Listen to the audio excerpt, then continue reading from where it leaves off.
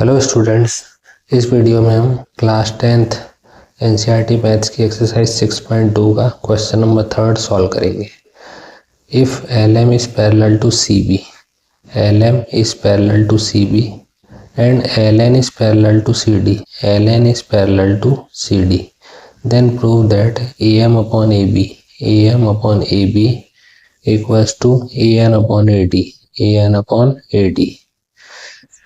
तो हमारे पास गिवन में है LM is parallel to CB, ये गिवन है। तो अगर LM is parallel to CB है तो AM upon MB will be equals to AL upon LC होगा बाय BPT थ्योरम। तो AM upon MB equals to AL upon LC। इसका reason हो जाएगा बाय BPT थ्योरम या 6.1 थ्योरम।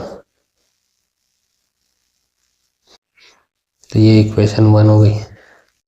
फिर हमारे पास LN is parallel to CD है, LN is parallel to CD, LN is parallel to CD, ये भी गिवन है। तो यहाँ से AN upon ND will be equals to AL upon LC, AN upon ND equals to AL upon LC। इसका भी reason BPT theorem या 6.1 theorem. ये इक्वेशन 2 हो गई। अब इक्वेशन 1 और इक्वेशन 2 में RHS सेम है तो LHS भी सेम हो जाएंगे। तो फ्रॉम इक्वेशन 1 एंड 2 यहाँ से AM upon MB will be equals to AN upon ND। अब हमको AM अपॉन AB चाहिए, AM अपॉन AB, MB की जगह AB चाहिए, और AN upon AD, AN upon AD, ND की जगह AD चाहिए।